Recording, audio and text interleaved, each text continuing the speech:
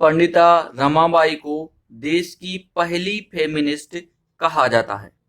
5 अप्रैल 1922 को उनका मुंबई में निधन हुआ। उनके निधन को 100 साल पूरे हो चुके हैं।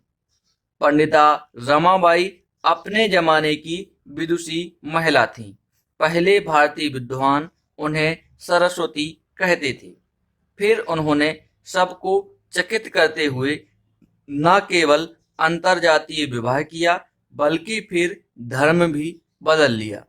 पंडिता रमाबाई हिंदू से ईसाई बन गईं। स्वामी विवेकानंद भी उनके सवालों से परेशान रहते थे। नमस्कार दोस्तों, मैं हूं आपका दोस्त पंकज और आप देख रहे हैं आपका अपना चैनल पीके गुरुजी। आज के अपने इस वीडियो में हम बात करने वाले हैं पंडिता रमाबाई के बारे में। तो चलिए अपने इस वीडियो को हम शुरू करते हैं।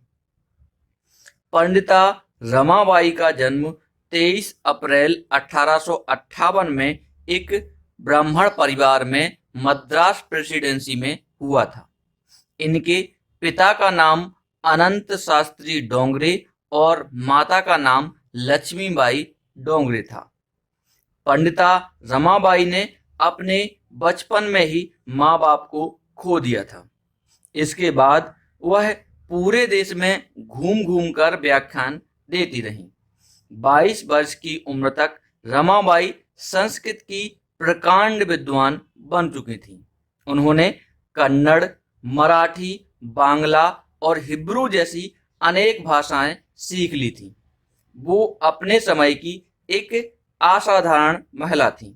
वह एक शिक्षक, विद्वान, नारीवादी एवं समाज सुधारक थीं। जब वो कोलकाता में व्याख्यान के लिए पहुंची तो उनकी बातों ने तत्कालीन विद्वानों को इतना प्रभावित किया कि उन्हें पंडिता और सरस्वती की उपाधि दे दी गई। लेकिन जल्दी ही ये समाज तब कुपित हो गया जब उन्होंने अंतरजातीय शादी की और रूढ़िवाद पर प्रहार किया। बात 1880 की है। उन्होंने एक गैर ब्राह्मण बंगाली वकील विपिन बिहारी मेघावी से शादी कर ली। ये शादी इसलिए सही नहीं मानी गई क्योंकि न केवल ये अंतरजातीय थी बल्कि अंतर क्षेत्रीय भी थी, जो उस समय के लिहाज से किसी भूचाल की तरह था। इस शादी के 2 साल बाद ही उनके पति विपिन बिहारी का निधन हो गया।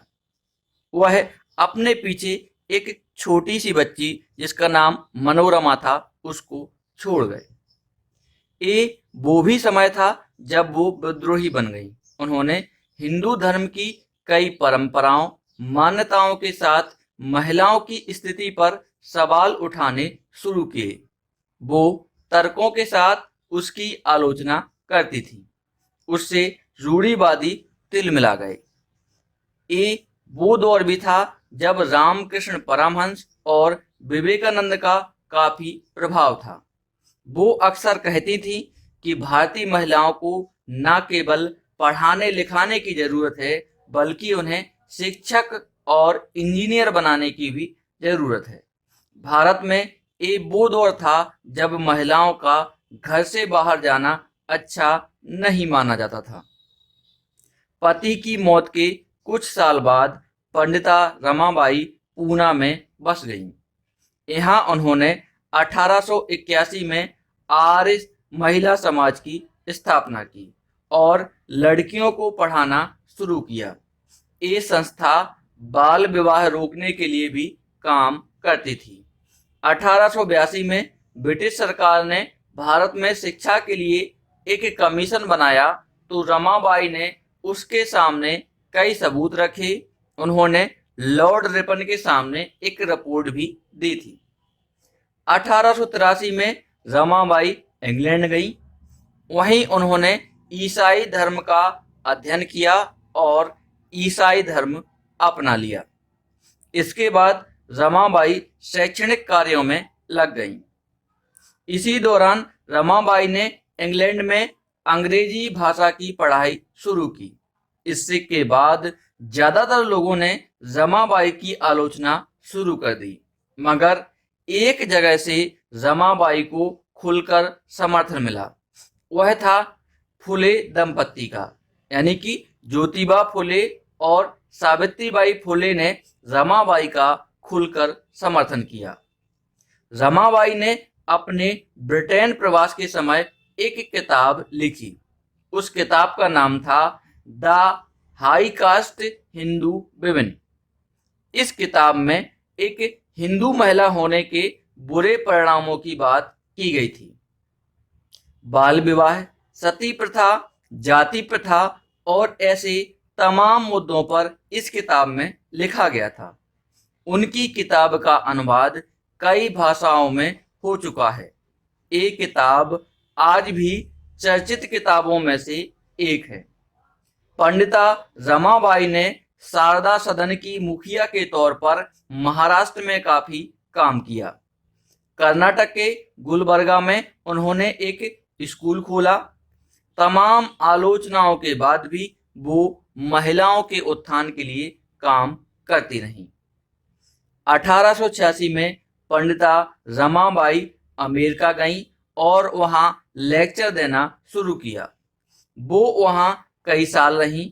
इसी दौरान जब स्वामी विवेकानंद शिकागो के विश्व धर्म सम्मेलन में पहुंचे और उन्होंने हिंदू धर्म के महान पक्ष को दिखाते हुए अमेरिका में अपना भाषण दिया, तो उन्होंने पाया कि पंडिता रमाबाई की अगुवाई में वहां बहुत सी महिलाएं उनके खिलाफ प्रदर्शन कर रही हैं।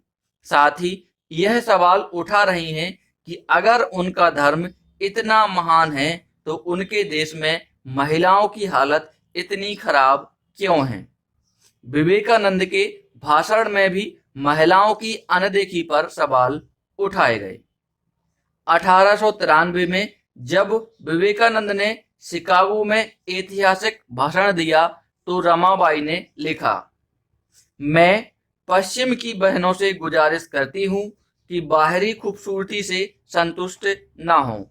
महान दर्शन की बाहरी खूबसूरती पढ़े लिखे पुरुषों के बौद्धिक विमर्श और भव्य प्राचीन प्रतीकों के नीचे काली गहरी कोठारियां हैं।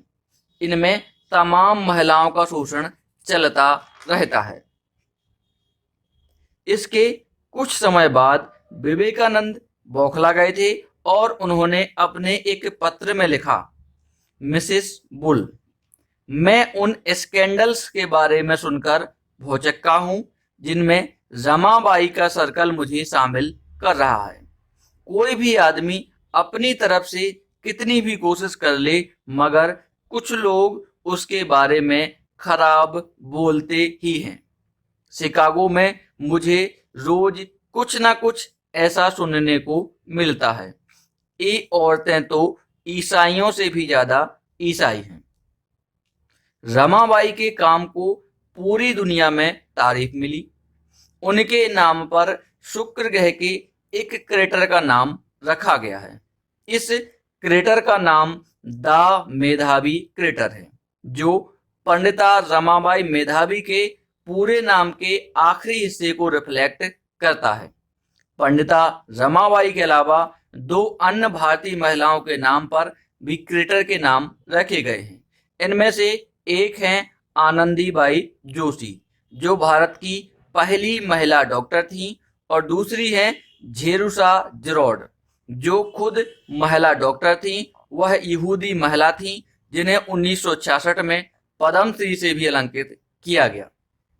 यूरोप के चर्च में 5 अप्रैल को उनकी याद में फीस्ट डे के तौर पर मनाते हैं। भारत सरकार ने भी रमाबाई के नाम पर एक डाक टिकट जारी किया है। पंडिता रमाबाई का बनाया गया पंडिता रमाबाई मुक्ति मिशन आज भी सक्रिय है। थैंक यू दोस्तों, इस वीडियो को देखने के लिए आपका बहुत बहुत धन्यवाद। ऐसे ही नॉलेज बढ़ाने वाले वीडियो देखने के लिए हमारे चैनल को आप सब्सक्राइब जरूर कर लें, और अगर आपको यह वीडियो पसंद आया हो तो प्लीज इस वीडियो को एक लाइक करके अवश्य जाएं, और अगर आप इस दोस्तों को अपने दोस्तों के साथ शेयर करना चाहते हैं तो आप इस वीडियो को शेयर भी कर सकते हैं। Thank you.